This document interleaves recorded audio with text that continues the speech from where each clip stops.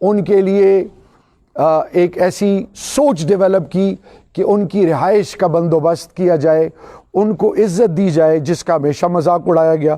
پھر احساس پروگرام کے تحت وہ لوگ جو سطح غربت کی نیچے رہتے ہیں، جو کہ کم و بیش 40% سے زیادہ ہیں، ان کا کوئی والی وارث نہیں۔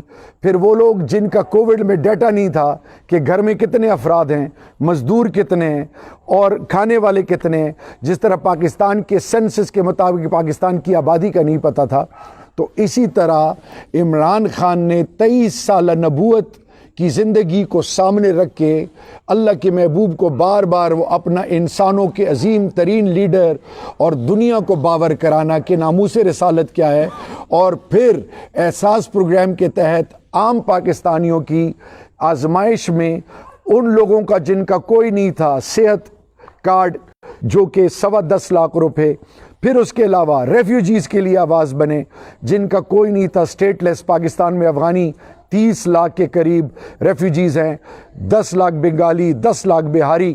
اسی طرح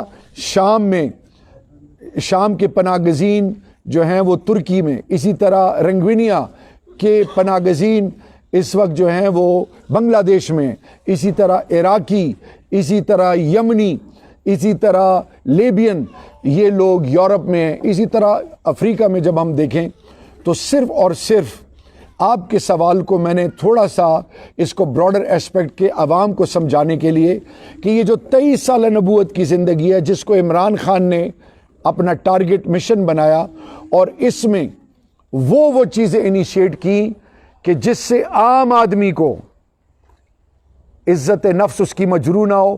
ریاست عوام پہ انویسٹ کرتی ہے، ریاست عوام کو چوستی نہیں ہے۔ اب یہ جو بجٹ ہے یہ کبھی بھی سٹیزن فرینڈلی بجٹ نہیں ہے، یہ بجٹ استحصال ہے، لوٹ مار ہے، ڈاکہ ہے۔ کس پہ؟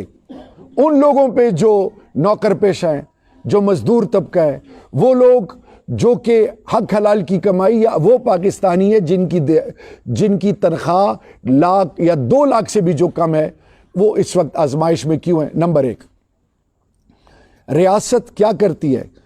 عوام کو سہولت دینے کے لیے سبسڈی دیتی ہے۔ سبسڈی کیا ہے؟ ایک کی قیمت سے 100 روپے، اور عوام اس 100 روپے کی وہ چیز خرید نہیں سکتی، استطاعت نہیں ہے ان میں، تو ریاست کیا کرتی ہے کہ 100 روپے میں 40 روپے ریاست ڈالتی ہے، عوام کو کہتی ہے کہ اس کی 60 روپے قیمت ہے۔ یہ سبسڈی ہے۔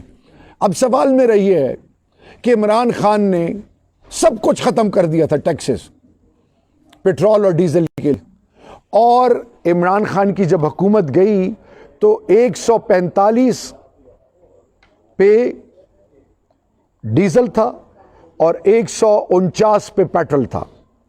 اب 70 72 73 دنوں میں کون سی ایسی قیامت آ گئی کہ 118 روپے ڈیزل مہنگا ہوا، 84 روپے پیٹرول مہنگا ہوا، بجلی ہر 3 دن بعد 4 دن بعد یونٹ مہنگا تر مہنگا، ابھی تک 10 روپے فی یونٹ وہ بجلی مہنگی کر چکے ہیں۔ اب اس کے علاوہ عام پاکستانی کو بتانے کے لیے کہ قومیں کیسے بنتی ہیں، قومیں ایسے نہیں بنتی کہ آپ گھروں میں بیٹھے رہیں اور سوچوں میں ڈوبے رہیں اور 2 جمع 2 4 کہ آج کتنی کمائی ہوئی، کتنے پیسے لگے، یا میری اولاد آگے کیا کرے گی، میں کیا کروں گا۔ یہ اس طرح زندگی جو ہے یہ تو جانور بھی گزارتے ہیں، وہ بھی اپنی اولاد اور اپنی ذات کے حوالے۔ انسان وہ جو کہ آنے والی نسلوں کا سوچیں، انسان وہ جو قربانی دیں۔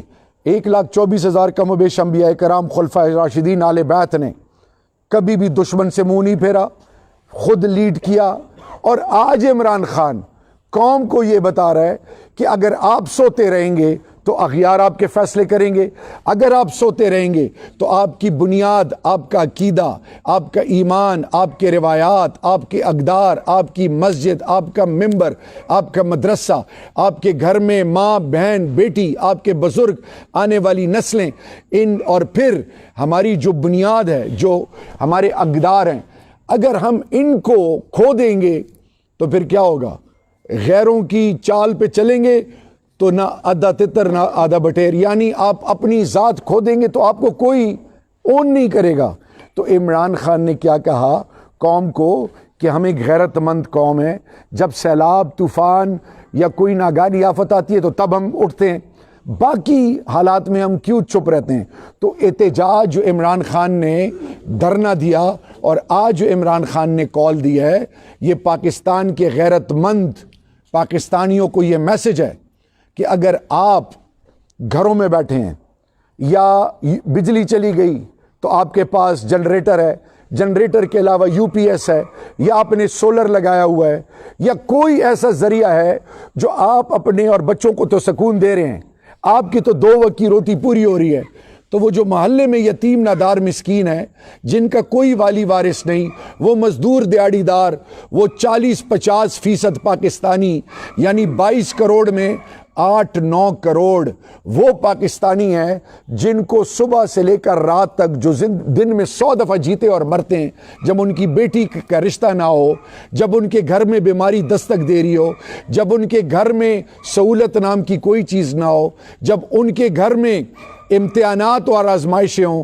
جب ان کے گھر کا بچہ پڑھا لکھا ہو جائے، اس کے لیے نوکری نہیں ہے، پھر وہ جب تھانے میں جاتے ہیں، کچہری میں جاتے ہیں، پھر کسی پٹوار خانے میں جاتے ہیں، کسی بھی کام کے حوالے سے ریاستی اداروں میں جاتے ہیں، ان کو وہاں ذلیل کیا جاتا ہے، انصاف نام کی چیز نہیں ملتی، اور پھر ڈسٹرکٹ میں ڈپٹی کمشنر نے ڈسٹرکٹ پرائس کمیٹیز بنائی ہیں، ڈسٹرکٹ پرائس کمیٹیز کیا کرتی ہیں؟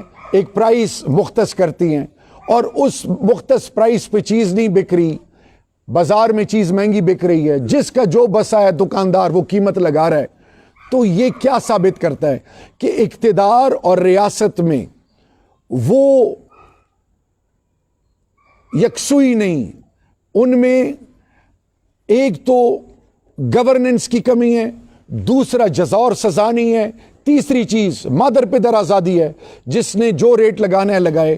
اب آپ ایک چیز گاؤں میں ایک ریٹ میں ملتی ہے، شہر میں دوسری ریٹ ملتی ہے، پھر بڑے شہر میں چلے جائیں تو وہاں پہ ریٹ، یہ جو فلکچویشن ہے کموڈیٹیز کا، ڈیلی کموڈیٹیز، عام آدمی کی ضرورت کیا ہے؟ بجلی ہے، ڈیزل ہے، گیس ہے، پھر اس کے بعد اس کی ضرورت کیا ہے؟ آٹا ہے، چینی ہے، گھی ہے، دالیں ہیں، سبزی ہے، یہ اور چھت اور چار دیواری اور عزت نفس کی زندگی، یہی ہے نا۔ تو یہ ساری قیمتیں آج جو ہیں، جو آسمانوں کو چھو گئی ہیں، اور یہ ہائپر انفلیشن، اب جو قوت خرید جب کم ہوگی تو معاشرے میں کیا ہوگا؟ معاشرے میں آئے گا خدا نہ خواستہ انارکی۔ انارکی کس سے کہتے ہیں؟ انارکی جب لوگوں کا اعتماد اٹھ جائے، لوگ گھروں میں غربت ہے وغیرہ گھر پہ چڑھائی کریں، جدھر دیکھیں جس کے پاس پیسہ عہدہ رتبہ ہے ان کے اوپر چڑھائی کریں، بدامنی پھیلے گی، بدامنی سے معاشرے میں کیا ہوگا؟ معاشرہ ٹوٹ پوٹ کا شکار ہوگا، خدا نہ خواستہ۔ اور آج پاکستان کے دشمن کیا چاہتے ہیں؟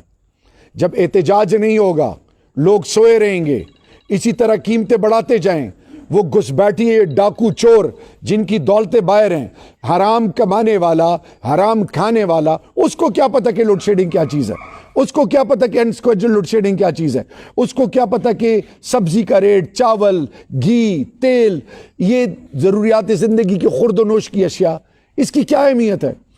وہ تو لوٹ مار کر رہا ہے، وہ تو اس کی دولتیں بھی باہر ہیں، اس کی خواہشات بھی باہر ہیں، علاج بھی وہ باہر کرتا ہے، بچوں کو پڑھانے کے لیے بھی وہ باہر بیچتا ہے، گرمیوں میں وہ باہر چلا جاتا ہے، باہر سے بڑی بڑی گاڑیاں منگواتا ہے، اس کو تو احساس ہی نہیں، گھر میں سینٹرل ایئر کنڈیشن، گرمی ہیٹنگ کا سسٹم ہے، جدھر جاتا ہے اس کے لیے تو ہر چیز ہے۔ عام آدمی تو آج جو پاکستانی قوم کو بتانے کے لیے کہ جو دشمنان پاکستان ہیں وہ 2 ایجنڈا پہ کام کر رہے ہیں۔ ان کا پہلا ایجنڈا کیا ہے؟ نمبر 1 کہ پاکستان کو خدا نخواستہ دیوالیہ کیا جائے۔ اب مجھے بتائیں، روزانہ جب ڈالر کے اگینسٹ پیسہ گرے گا، ڈالر کی قیمت بڑھے گی تو پاکستان کے قرضے ساتھ ساتھ بڑھتے جائیں گے، نمبر 1۔ نمبر 2، جن کے پیسے باہر پڑے ہیں وہ ان کی قیمت بڑھتی جائے گی۔ نمبر 3، پاکستان کے روپے کی جب قدر گرے گی، خورد و نوش کی اشیاء کی قیمتیں بڑھیں گی، تیل ہم باہر سے منگواتے ہیں، ہم ڈیزل باہر سے منگواتے ہیں، ہم IPP سے انڈیپینڈنٹ پاور پروڈیوسر کے لیے ہم جو ہے